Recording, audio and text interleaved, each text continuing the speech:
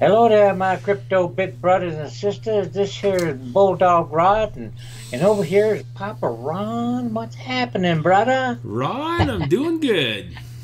Well, that's good to hear, my friend. Hey, I see that Bitcoin went down a little bit, $100. Well, let me get it on the market cap. Take a look Yeah, at it. yeah, 5908. Yeah, that's pretty good. So let me see. That was Yes, what percentage was that of a drop from 61? yeah, 200 6100, bucks on 200 60. bucks. It's about. So in other words, your 50 bucks lost what? 80 cents? Yeah, I guess that's about all. That's good. I can lose 80 cents as long as it goes back up another 80. Yeah, you Be know it's okay. going up. Don't you worry about that at all. I'm not. Hey, I don't lose any sleep when I got my money stuck in Bitcoin. Yeah, it's good. Of course, like anything, Ron, I always figure I only stick money in that I'm willing to lose. You know what I mean? It's the best So I don't policy. lose any sleep. I don't lose any sleep anyway. Yeah, it's a pretty safe bet. Speaking of Bitcoin, Yes. it's the 23rd, and on the 25th, they're having that hard fork with Bitcoin Gold. We've done a video or two on that, Yes, we have. but we ought to point out, I saw an article today, I captured that. Let me pull that up. It's out of Cointelegraph that Trezor, and Trezor's a hardware wallet similar to Ledger and oh god, there's 3 or 4 of them out there. Cool Wallet Yeah. but Trezor saying that they're not going to support Bitcoin Gold at this point because they feel that their code is unfinished. And remember, we were talking about that replay. Now, a replay, and this term was new to us. Basically, so let's say you get your Bitcoin and you send that over. You don't send it over, but you go to claim your Bitcoin Gold. And that address goes onto the blockchain, and your Bitcoins are also on there, which makes them vulnerable to be taken. So they Yeah. have to put things within the code to prevent that replay from happening. Bitcoin Gold claims that they have security features in there to stop the replay, but according to Trezor, they're claiming that they don't think so at this point. It doesn't look that safe. And matter of fact, there's a second company called anyway, Bittrex is also going to take a similar stance. Whoops, sorry. I'm flipping through this article without you folks looking.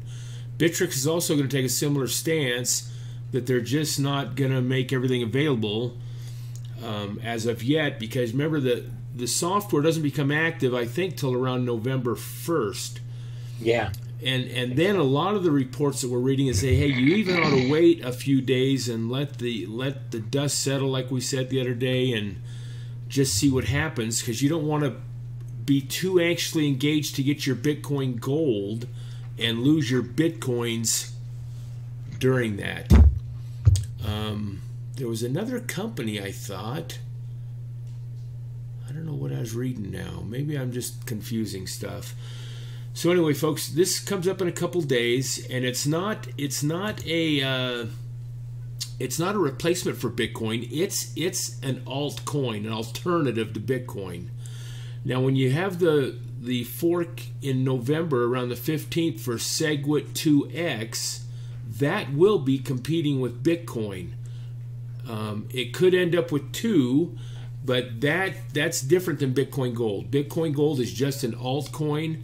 SegWit 2X is actually competing with Bitcoin and wants to be the main chain, depending on the miners and developers and all that, and who they're going to side with and really support.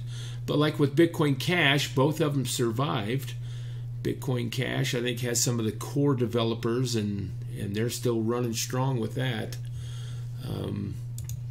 So that's kind of the deal on that. We just want to give you a heads up since that's coming up in a couple days. Don't be too anxious. Do your homework so you don't end up losing your Bitcoins you got stashed too. There you go. Yeah, baby. You got it, or? Well, should we get on to what we're going to talk about? Well, I think that's a good idea. Yeah. And It's, it's going to be what? Well, we want to talk about Stellar is the company. Their coins are called Lumens, Lumans, and on CoinMarketCap, what's their call sign, Rod? XLM. XLM is their call sign on CoinMarketCap. But I want to give a brief history, or at least the deal with Stellar Lumens before we get into this whole thing. The co-owner or starter, developer, one of the head guys of Ripple back in 14? I think it was 11, Ripple 11? came out. Oh, later than that, huh? Earlier than that, huh? And there was there was kind of a little disagreement within the hierarchy, and I think his name's McCaff. McCaff left Ripple, and then in 2014-15 he started Stellar. So when he left Ripple, he took quite a few coins with him. And that was kind of a deal. I mean, he had enough coins that they thought he could influence the price if he flooded the market with them. So there was a big court case and battle, and evidently he came out agreeing that he would put those in storage and only release so many as time goes on. But that was kind of his compensation, as he took so many coins with Ripple. Then he started Stellar.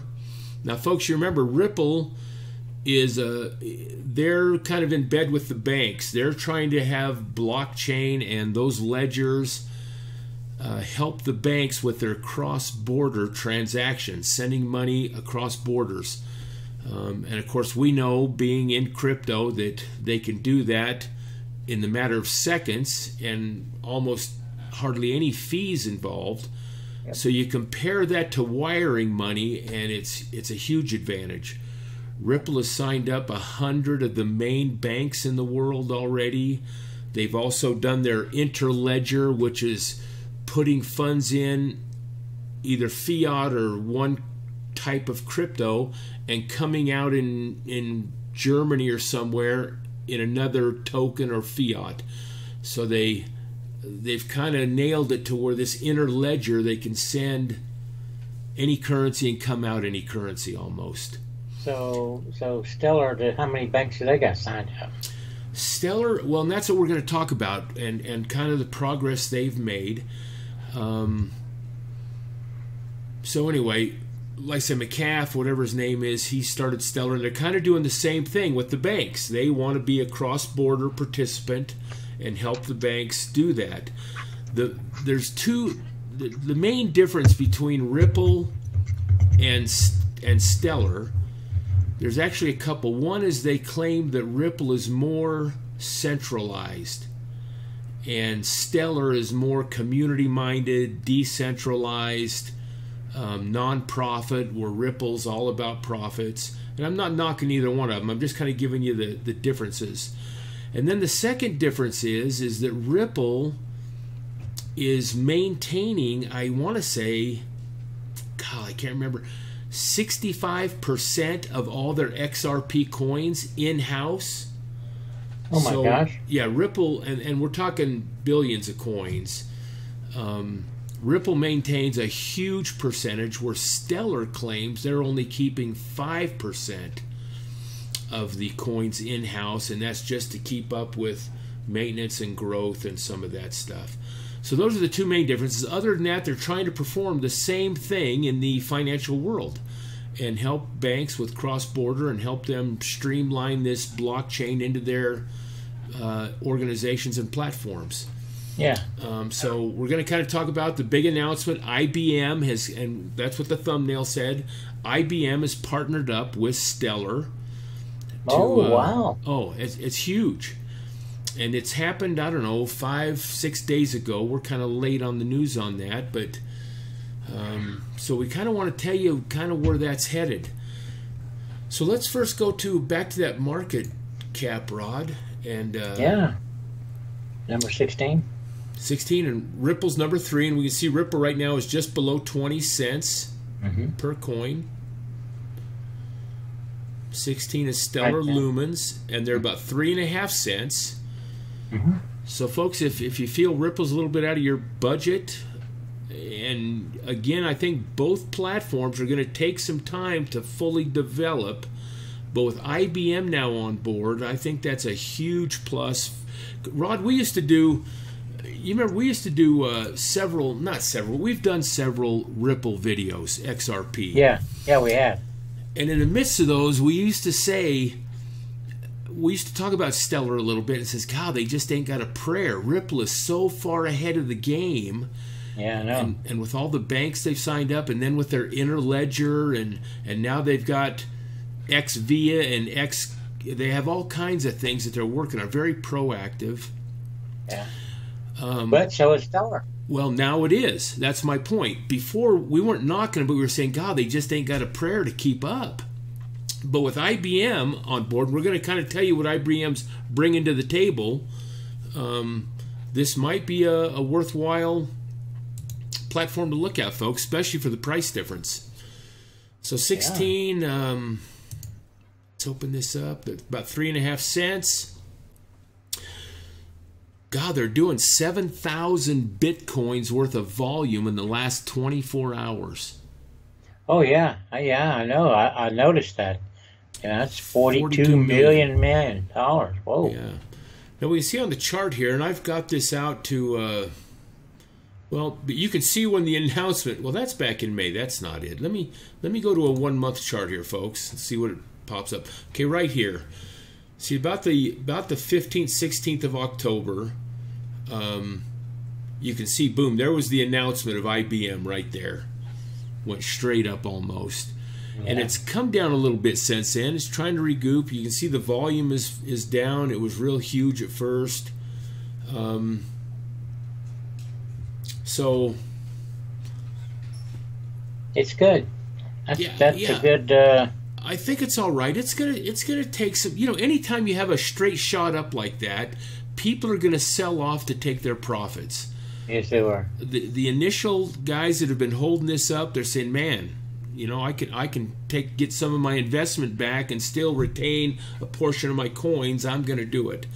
So see the low on this chart where it begins to go straight up. See right a here? little, yeah, right there. And then if you go to the other low, it's higher than that low. So as long as these lows are higher than the previous low, we're doing okay. It'll be a little stronger, I think. No, I think that's a good point. That's my point of view. So they're up 11% right now. Anyway, if we go over to their website, you know, I might add that they're the only ones up that much on today's market cap. Oh, look at that. Yeah, 11%. Yeah, everybody else is down. Yeah, except for Dash, it's only 4%. Yeah, I'll tell you. Stratus is at 8%, but yeah, that's about it. Stellar's still got some push. I mean, IBM's there, and you know they're going to work that out. Like I say, it's something to look at, folks. Like I said, if you can't afford the 21 cents into Ripple, but you want to do something on that end, Stellar might be one to look at. Might be all right. Could be. Well, this is their website, and doing this research, Rod, this is one of the few things that I became, I don't want to say unhappy about, but it just kind of looks milquetoast to me. It just not finished and bright and vibrant, and I mean, look at that article I just pulled up. I mean, boy, when you see that picture, it's like it just draws you to it. And not that I'm comparing that with the website, but we see so many websites, you and I, researching these coins and looking at them. I know. That some of these, like this one's kind of drab. Yeah, it's just kind of milquetoast, kind of blasé. But it kind of talks about where they're headed and kind of what they're doing and cross-border payments and all that. We'll put that link down in the description box. But here's the article that caught our attention. It was at a CoinDesk. An IBM Stellar move. Tech giant uses cryptocurrency and cross-border payments. Yeah. Now, what they're bringing to the table with this is IBM is already associated. Oh, remember I said earlier in the discussion, God, what's that other company? It's the one associated with, and now I think I had it written down here, but I don't. But IBM is associated with several banks in Australia, New Zealand, United Kingdom, Argentina, Indonesia. So they've got this whole connection on that side, plus up into the UK. And this is, and if you look back at Ripple, where are they concentrating? Just mainly Japan and some of the Asian countries. Yeah.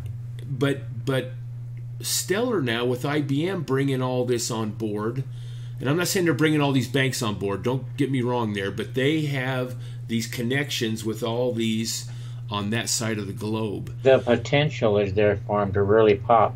Yeah, and it's in a different area than where Ripple is very focused on. Like Ripple has 40% of all Japanese banks on their platform already. So where's their focus going to be? Japan. I mean, it's huge. Sure. Well, yeah, and I would too if I was them. Yeah. So this is actually positive for Stellar because they'll be in a whole different market. Yeah. And of course, like Ripple, they'll be able to reduce these banks' liquidity as far as having to have cash all over the world. So when they do wire transfers, with blockchain, you don't need to have that liquidity out there. So that's real positive. Yeah. So they're bringing some things to the table that could be very beneficial. Right on. Right on. Catch a con. What do you say, Rod? Say right on, catch a tone. Catch a tone. Catch a tone. I had a friend of mine when I was in Texas. Every time he'd say something to me about being right, he'd go, right on, catch a tone. Mr. Andy De Leon, that's his name. And you just kind of caught it, and sometimes I'll say it when I'm excited about something. Right on, catch a tone. And just like I remembered it, because I've heard it from you so many times, when I heard that right on, I thought, no, that's Rod right there. Yeah, I tell you something else he used to call me. Every time I'd see him, he'd say, ¿Qué pasó, poco peles panzón? Meaning little hair and big gut. Was he Hispanic? Oh yeah, Andy De Leon. He was my friend. 60% of Texas is Hispanic, so I learned a lot of Spanish down there, but it was all bad words. And folks, there was one more rumor floating around about Stellar. We've read both positive, meaning affirmative, and non-affirmative about this rumor. And that is, I just have a glimpse of this here, and it's kind of sideways. I couldn't straighten it out. And it's talking about PayPal and Stellar partnering. And let me tell you about that rumor, what I've read. Now, yeah, and don't take this to heart. Like I said, it's a rumor. Do your own research. But what I had read is that one of the hobnobbers, one of the big shots at PayPal, used to work for IBM. And now with IBM being on board with Stellar, there might be a chance of PayPal swinging that way too, which would be another huge boost. It would be. That would be good to get PayPal in there. But then we've heard the opposite, saying it's just a fake. But the one thing about this, you hear it's a fake, you hear it isn't, you never know until time plays it out, No, that's right. That's right. And we got this screenshot, folks. This screenshot here actually comes off of Bitcoin Talk. Bitcoin Talk Stellar. They actually have a couple threads going on there. And this was the last thing of today that was posted. So you can bet there's going to be some responses past that to either verify it or discredit it. So that'll be a good place to look if you're looking for more information on that. And of course Reddit too. We read 2 or 3 pieces on Reddit that were talking about PayPal and Stellars. Yeah. One guy had an affirmative on there and the next guy said no, that's not true. And so, but anyway, hey, we haven't ever done anything on Stellar with their coin Lumens. For it might be a good long-term deal. I don't think it's nothing that's gonna. And same with Ripple. Ripple hasn't, moved within a couple, 3-6 months. I mean, it takes time to get these banks motivated and doing things. Off center. So, but at 3 cents, 3.5 cents, and you could buy a lot of. You could buy a lot of coin. Well, you can, and that's kind of been my philosophy before. I mean, to drop $50. Sorry, Rod. To drop $50. I mean, is that really going to make you anything? I mean, well, sure. Well, $50 times 3 cents. Come on, let's make a lot of money. Yes, I'll hush up. If it goes up 10 cents, man, look at all the bucks you'd make. Nothing. No, ain't. It's all relative. I get that. Depends on your budget and your. I get all that, and I'm not knocking anybody. If they're dabbling with $20, power to you. I'm with you. But if you have excess funds and you want to strike it big, you gotta bet big too. Yeah. That's all I'm saying. But the best one still for me, as far as the return goes, is Bitcoin. They've been the most consistent, huh? Yes, it has. But I still dabble around some of this other stuff. I still got LiteCoin. I still got some other stuff. Hell, I can't remember all the little bitty crap I got. I forgot I had. And I've made higher percentages on some of these altcoins than I have Bitcoin. But again, the risk is greater there. So. Yeah, but if you're not willing to lose it, then don't bet. So that's what I'm doing. I'm not willing to lose it, so I don't bet. I get it. Now, I'll bet $50. That's fine. All right, folks. Thanks for tuning in. Hey, and guess what? We love those thumbs up. We would love to see you have some thumbs up with us. And also that subscribe. Yes, sir. Subscribe and thumbs up. Pound that thumbs up. We love it. Yes, sir. And God bless.